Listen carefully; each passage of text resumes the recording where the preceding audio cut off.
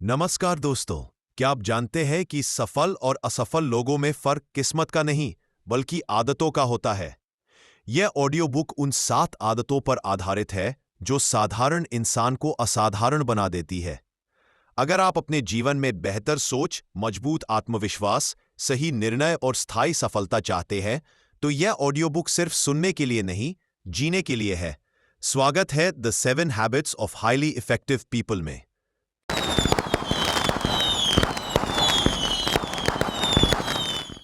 घोड़े पर सवार एक आदमी तेजी से कहीं जा रहा था। उसे देखकर ऐसा लग रहा था जैसे वह किसी बहुत महत्वपूर्ण जगह पर जा रहा हो। सड़क के पास खड़े एक आदमी ने चिल्लाकर पूछा, आप कहां जा रहे हैं? घोड़े पर सवार आदमी ने जवाब दिया, मुझे नहीं पता, घोड़े से पूछो। दोस्तों, इस कहानी की तरह ही 99% लोग अपनी आदतों के घोड़े पर सवार हैं।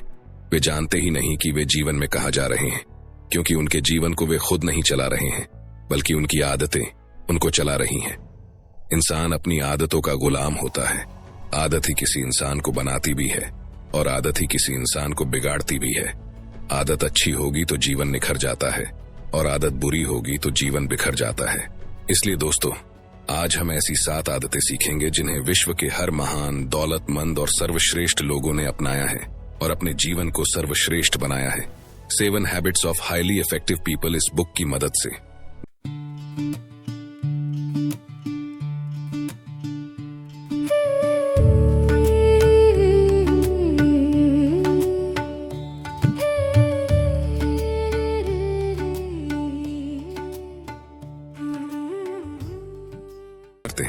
हैबिट नंबर 1, प्रोएक्टिव बने। प्रोएक्टिव का अगर हम वर्ड टू वर्ड मीनिंग देखें तो वह होता है पहल करना। लेकिन क्या यहाँ पर प्रोएक्टिव का मतलब सिर्फ पहल करना इतना ही सीमित है? बिल्कुल नहीं। यहाँ पर प्रोएक्टिव का मतलब है अपने जीवन की जिम्मेदारी को स्वीकार करना। मतलब आज आप जीवन में जो कुछ भी है वो सिर्फ और सिर्फ आपके खुद के वजह से ही है। कोई भी दूसरा इसके लिए जिम्मेदार नहीं है। लेखक बताते हैं कि इस दुनिया में 2 तरह के लोग होते हैं, एक रिएक्टिव और दूसरे प्रोएक्टिव। रिएक्टिव व्यक्ति अक्सर अपने माहौल के हिसाब से रंग बदलता है। अगर मौसम अच्छा है तो वह अच्छा महसूस करेगा, अगर मौसम अच्छा नहीं है तो वह अपना मूड खराब कर लेगा और उसके मूड का असर उसके काम पर होगा और वो मौसम को ही दोष देता रहेगा। लेकिन प्रोएक्टिव इंसान अपना मौसम अपने साथ लेकर चलता है। चाहे बारिश हो या धूप, सर्दी हो या गर्मी, इससे उन्हें कोई फर्क नहीं पड़ता। वे इस बात से प्रभावित नहीं होते कि मौसम उसके अनुकूल है या नहीं। रिएक्टिव व्यक्ति अपने सामाजिक परिवेश यानी सामाजिक मौसम से भी प्रभावित होते हैं। जब लोग उनके साथ अच्छा व्यवहार करते हैं तो वे अच्छा महसूस करते हैं। जब लोग अच्छा व्यवहार नहीं करते तो वे उदास हो जाते हैं।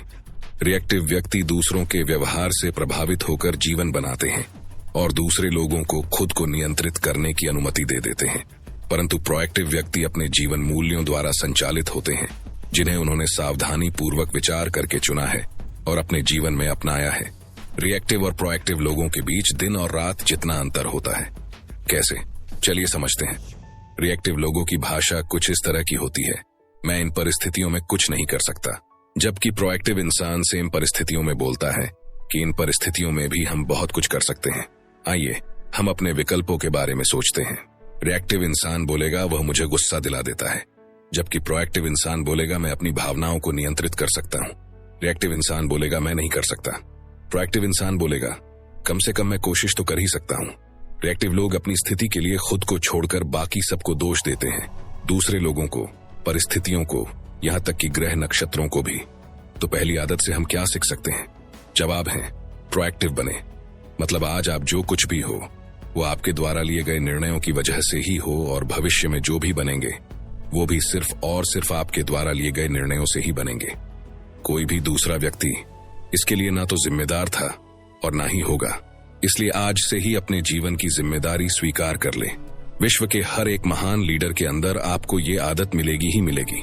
हैबिट नंबर 2, अंत को ध्यान में रखकर शुरू करें। कुछ मजदूर जंगल में औजार से टहनियां काटकर अपना रास्ता बना रहे थे। वे झाड़ झंखाड़ को काट छाट कर रास्ता बना रहे थे, इसे साफ कर रहे थे और काफी आगे तक पहुंच चुके थे। कुछ देर बाद लीडर आता है और सबसे ऊंचे वृक्ष पर चढ़ता है, पूरी स्थिति का सर्वेक्षण करता है और जोर से चिल्लाता है, हम गलत जंगल में हैं। मतलब अब तक की सारी मेहनत बर्बाद। हमारी दूसरी आदत इसी के बारे में है। तो अंत को ध्यान में रखकर शुरू करने का क्या अर्थ है?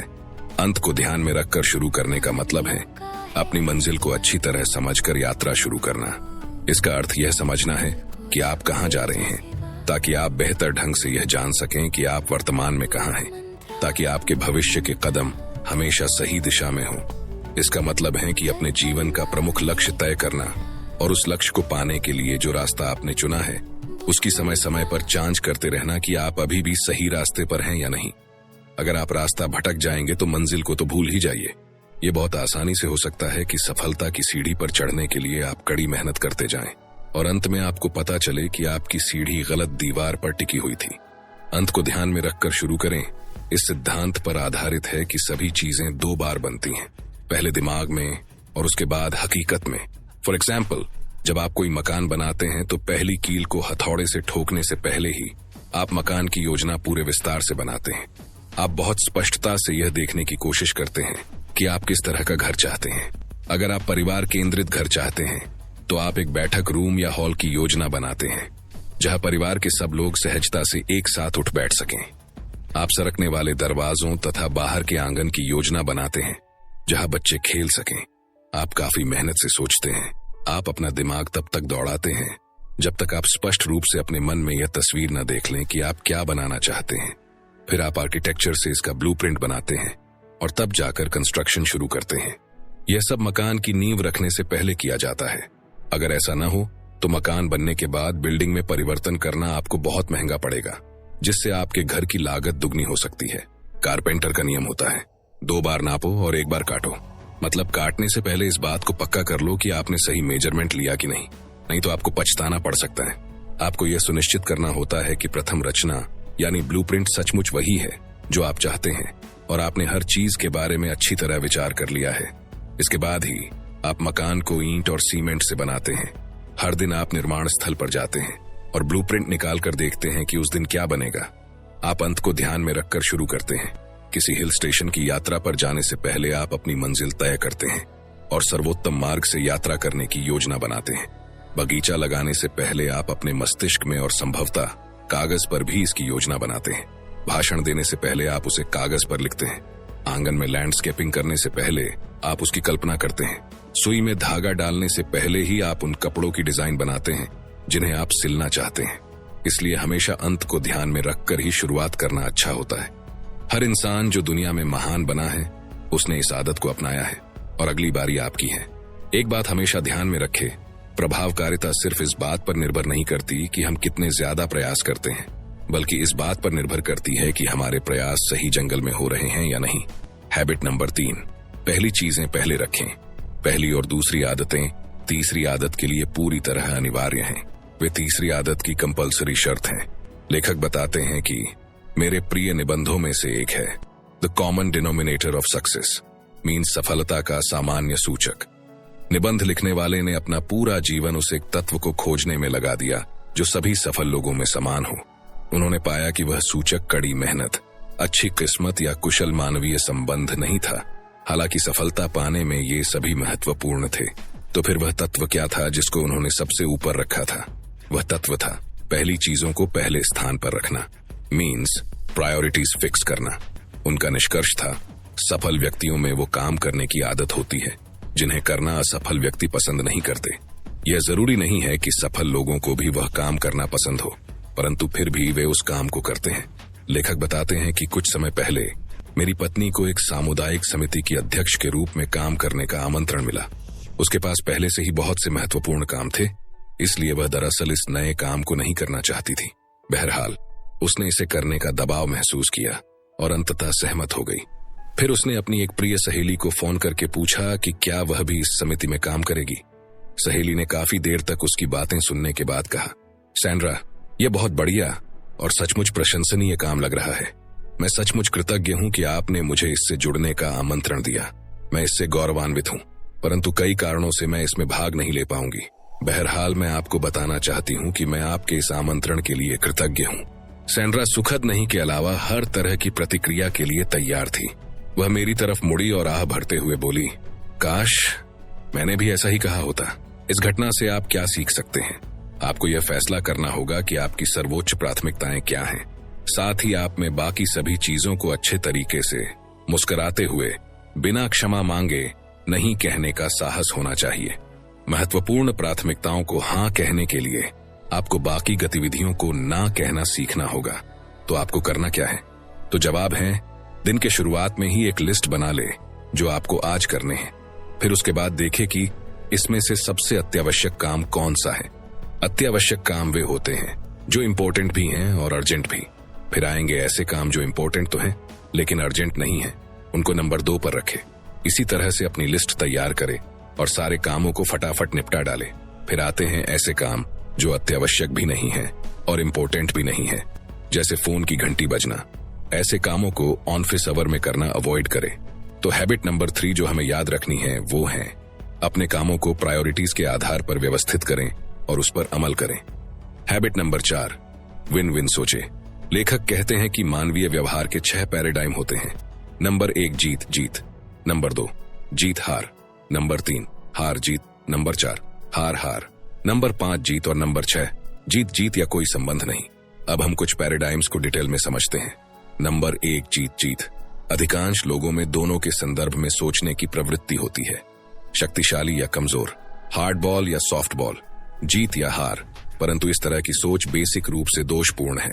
यह सिद्धांत के बजाय शक्ति और पद पर आधारित है।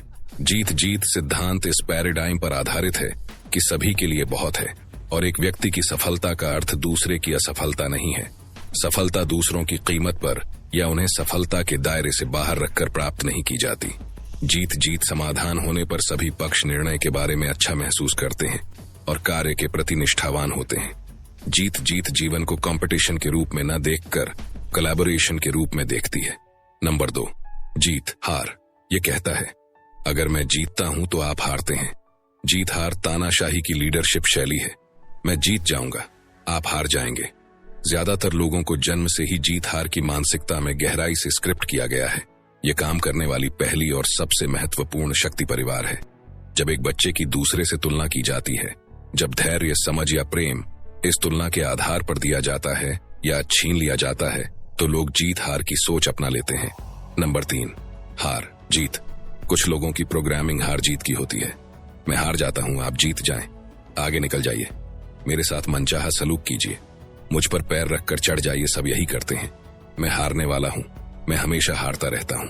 मैं शांति चाहता हूं, शांति बनाए रखने के लिए मैं कुछ भी करने को तैयार हूं। हार जीत तो जीत हार से भी बुरी है, क्योंकि इसके कोई रूल नहीं है, न कोई डिमांड, न कोई अपेक्षा, न ही भविष्य दृष्टि। जिन लोगों की मानसिकता हार जीत की होती है, वे आमतौर पर दूसरों को खुश करने या संतुष्ट करने में तत्परता दिखाते हैं। वे लोकप्रियता या स्वीकृति के माध्यम से शक्ति चाहते हैं। उनमें अपनी भावनाओं और विश्वासों को व्यक्त करने का साहस नहीं होता और वे दूसरों के अहम की शक्ति से आसानी से डर जाते हैं। हार जीत की मानसिकता को आत्मसमर्पण के रूप में देखा जाता है। नंबर 4 हार हार। जब 2 संकल्पवान, जिद्दी और अहंकारी व्यक्ति आपस में व्यवहार करते हैं तो परिणाम हार हार होगा। दोनों ही हारेंगे, दोनों ही प्रतिशोध लेना चाहेंगे और पलटकर वार करना या हिसाब बराबर करना चाहेंगे। वे इस तथ्य के प्रति अंधे हो जाएंगे कि हत्या दरअसल आत्महत्या है और प्रतिशोध एक दुधारी तलवार है। मैं एक तलाक के बारे में जानता हूं, जिसमें न्यायाधीश ने पति को आदेश दिया कि वह अपनी सारी संपत्ति बेचकर आधे पैसे पूर्व पत्नी को दे दे। इसका पालन करते हुए पति ने अपनी $10,000 से अधिक मूल्य की कार $50 में बेच दी और पूर्व पत्नी को $25 दे दिए। पूर्व पत्नी के विरोध करने पर जब कोर्ट के क्लर्क ने स्थिति की जांच की तो उसने यह पाया कि पति बाकी संपत्ति भी इसी तरह से बेच रहा था।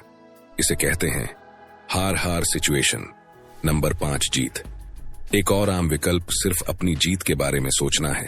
जीत की मानसिकता वाले लोग किसी की हार नहीं चाहते, उससे उन्हें कोई फर्क नहीं पड़ता। महत्वपूर्ण तो यह है कि वे जो चाहते हैं वह उन्हें मिल जाए।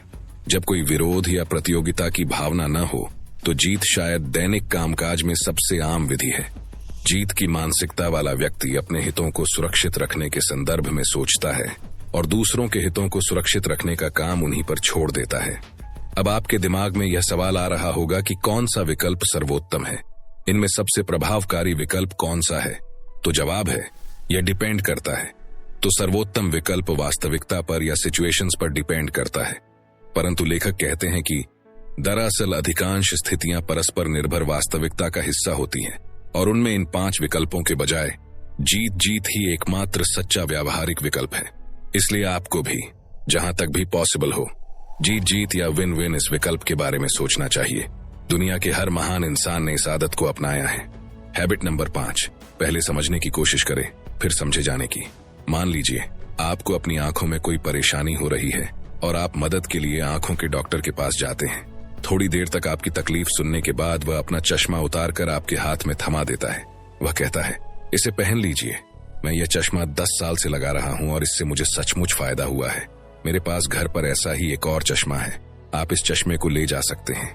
आप चश्मा पहन लेते हैं, परंतु इससे समस्या और गंभीर हो जाती है। आप चिल्लाकर कहते हैं, यह तो भयानक है, मुझे तो कोई चीज दिखाई ही नहीं दे रही है। वह पूछता है, आपके साथ क्या गड़बड़ है? इससे मुझे तो बहुत फायदा होता है, थोड़ी मेहनत से कोशिश करें। आप जोर देकर कहते हैं, मैं कोशिश कर रहा हूं, परंतु हर चीज धुंधली नजर आ रही है। आपको क्या हो गया है? वह आपको झिड़क देता है। अब आपके लिए सवाल है, अगली बार जब आपको मदद की जरूरत होगी तो इस बात की कितनी संभावना है कि आप आंखों के उसी डॉक्टर के पास जाएंगे? मैं अनुमान लगा सकता हूं कि इस बात की ज्यादा संभावना नहीं होगी। आपको किसी ऐसे डॉक्टर पर ज्यादा विश्वास नहीं होगा जो समाधान सुझाने से पहले समस्या को ठीक से न पहचाने। परंतु लोगों से बात करते समय में समाधान सुझाने से पहले हम समस्या को कितनी बार पहचानते हैं। लेखक कहते हैं, अगर मुझे एक वाक्य में वह सबसे महत्वपूर्ण एकमात्र सिद्धांत लिखना हो जो मैंने आपसी संबंधों के क्षेत्र में सीखा है, तो वह सिद्धांत यह होगा, पहले समझने की कोशिश करें, फिर समझे जाने की। यह सिद्धांत प्रभावकारी कम्युनिकेशन की कुंजी है। अगर आप अपने जीवन साथी, अपने बच्चे, अपने पड़ोसी, अपने बॉस, अपने कलीग, अपने मित्र के साथ प्रभावकारी तरीके से चर्चा करना चाहते हैं, उन्हें प्रभावित करना चाहते हैं, तो सबसे पहले तो आपको उन्हें समझना होगा। हम आम तौर पर यह चाहते हैं कि हमें पहले समझा जाए। ज्यादातर लोग समझने के इरादे से नहीं सुनते हैं, बल्कि वे जवाब देने के इरादे से सुनते हैं। वे या तो बोल रहे होते हैं या बोलने की तैयारी कर रहे होते हैं। वे हर चीज को अपने खुद के अनुभव से फिल्टर करते हैं और दूसरों के जीवन में अपनी आत्मकथा पढ़ते हैं। एक अच्छा इंजीनियर पुल का नक्शा बनाने से पहले काम कर रही शक्तियों और दबावों को समझेगा। एक अच्छा शिक्षक पढ़ाने से पहले कक्षा का मूल्यांकन करेगा। एक अच्छा विद्यार्थी अमल करने से पहले समझेगा। एक अच्छा अभिभावक मूल्यांकन करने या निर्णय लेने से पहले समझेगा। अच्छे निर्णय की कुंजी समझना है। अगर कोई व्यक्ति पहले ही निर्णय ले लेता है तो वह कभी पूरी तरह नहीं समझ पाएगा। पहले समझने की कोशिश करना एक ऐसा सिद्धांत है जिसकी सच्चाई जीवन के सभी क्षेत्रों में स्पष्ट दिखाई देती है। यह एक व्यापक और आम सिद्धांत है, परंतु आपसी संबंधों के क्षेत्र में यह सबसे बड़ी शक्ति है। इसलिए आज के बाद इस बात की गांठ बांध ले, पहले समझने की कोशिश करें, फिर समझे जाने की। हैबिट नंबर 6, सिनर्जी का प्रयोग करें। अगर आप 2 पौधों को नजदीक लगा दें तो उनकी जड़ें आपस में मिल जाती हैं और मिट्टी की गुणवत्ता को सुधार देती हैं, ताकि दोनों पौधे उससे बेहतर बढ़ सकें जितना वे अलग अलग बढ़ सकते थे। अगर आप लकड़ी के 2 टुकड़ों को आपस में जोड़ दें तो वे मिलकर उससे अधिक बोझ सह सकते हैं जितना वे अलग अलग सह सकते थे। आइए सिनर्जी को सिंपल भाषा में समझते हैं। कोई भी अकेला इंसान सारे काम नहीं कर सकता। अगर उसे बहुत बहुत बड़ा साम्राज्य बनाना है तो उसे वहां तक पहुंचने के लिए बहुत से ऐसे लोगों की मदद लेनी पड़ेगी जो किसी पार्टिकुलर चीज में एक्सपर्ट हैं। फॉर एग्जाम्पल, किसी कंपनी में प्रोडक्ट की मैन्युफैक्चरिंग के लिए अलग एक्सपर्ट्स की टीम होती है, मार्केटिंग के लिए अलग एक्सपर्ट्स की टीम होती है और बाद में सेल्स के लिए अलग टीम होती है। जब हम अलग अलग फील्ड में एक्सपर्ट लोगों को एक साथ लाकर उन्हें किसी एक ही मकसद को पूरा करने के लिए इस्तेमाल करते हैं तो वो एक ऐसी शक्ति बन जाते हैं जो किसी को भी झुका सकती है। कोई भी अकेला इंसान ये सब काम नहीं कर सकता, और अगर कोई करना भी चाहे तो सफलता की बुलंदियों पर पहुंचने के लिए उसे जमाने लग जाएंगे। जब सिनर्जी को सही तरह से समझ लिया जाए तो यह जीवन की सर्वोच्च शक्ति हो जाती है। सिनर्जी ये लीडरशिप की सबसे बड़ी क्वालिटी है। ये लोगों के अंदर की महानतम शक्तियों को प्रेरित करती है, एकात्मक बनाती है और मुक्त करती है। अब तक हमने जिन आदतों पर चर्चा की है वे सब हमें सिनर्जी के चमत्कार की रचना करने के लिए तैयार करती हैं। तो आदत नंबर 6 है, सिनर्जी का प्रयोग करें। आदत 7वीं आरी की धार तेज करें। मान लीजिए आप जंगल में किसी आदमी के पास पहुंचते हैं जो तेजी से पेड़ काटने में जुटा है। आप पूछते हैं, आप क्या कर रहे हैं? वह अधीरता से जवाब देता है, आपको दिख नहीं रहा, मैं आरी से यह पेड़ काट रहा हूं। आप आश्चर्य से कहते हैं, आप थके दिख रहे हैं, आप यह काम कब से कर रहे हैं? वह पलटकर जवाब देता है, 5 घंटे से ज्यादा हो चुके हैं और मैं बुरी तरह थक गया हूं। बड़ी मेहनत का काम है। आप सुझाव देते हैं। आप ऐसा क्यों नहीं करते कि कुछ मिनट आराम कर लें और अपनी आरी की धार तेज कर लें? मुझे विश्वास है कि इसके बाद यह ज्यादा तेजी से काम करेगी। उस लकड़हारे ने जवाब दिया, मेरे पास आरी की धार तेज करने का समय नहीं है, क्योंकि मैं पेड़ काटने में बहुत ज्यादा व्यस्त हूं। ये तो ऐसी बात हुई कि कोई कार चलाने वाला इंसान कहे कि मेरे पास पेट्रोल भरने के लिए समय नहीं है, क्योंकि मैं कार चलाने में व्यस्त हूं। 7वीं आदत आरी की धार तेज करने का समय निकालना है। ये 7 आदतों के पैराडाइम चक्र की बाकी सभी आदतों को घेरे रहती है, क्योंकि यही आदत बाकी सभी आदतों को संभव बनाती है। लेखक बताते हैं कि इंसान के स्वभाव के 4 आयाम होते हैं, शारीरिक, मानसिक, आध्यात्मिक और सामाजिक। जब तक हम जिंदा हैं, हमें इन चारों आयामों में संतुलन बनाते हुए उनको विकसित करने का निरंतर प्रयास करते रहना और इसके लिए नियमित रूप से समय निकालना। इसी को आरी की धार तेज करना कहा गया है। तो दोस्तों, ये थी वे 7 हैबिट्स जो मैंने आपको स्टीफन कोवी की book 7 habits of highly effective people इस बुक से बताए हैं। अगर आप इस बुक को खरीदना चाहते हैं तो हिंदी और इंग्लिश दोनों बुक की लिंक डिस्क्रिप्शन में मिल जाएगी। ऐसे ही और भी लाइफ चेंजिंग बुक समरीज के लिए हमारे चैनल की प्लेलिस्ट जरूर चेक करें। दोस्तों, मुझे उम्मीद है ये वीडियो आपको पसंद आया होगा। आपको ये वीडियो कैसा लगा कमेंट सेक्शन में जरूर बताना। अगर आपको इस वीडियो से कुछ वैल्यू मिली हो तो इसे लाइक कर देना। तो दोस्तों, आपको कैसी लगी हमारी ऑडियो बुक? आपने आज सिर्फ शब्द नहीं सुने, आपने सफलता की दिशा में पहला कदम रखा है। याद रखिए, ज्ञान तभी काम आता है जब वो आदत बन जाए। इन 7 आदतों को अपने जीवन में उतारिए और खुद देखिए कैसे आपका सोचने का तरीका, आपका व्यवहार और आपका भविष्य बदलने लगता है। यह अंत नहीं है, यह एक नए, बेहतर जीवन की शुरुआत है। अच्छा, तो मैं चलता हूं दोस्तों। अपना ध्यान रखना और अपनी सुरक्षा रखना और अपनों का भी ध्यान रखना। मैं एक बार फिर आऊंगा। तब तक के लिए आदाब, नमस्कार, सत श्री अकाल।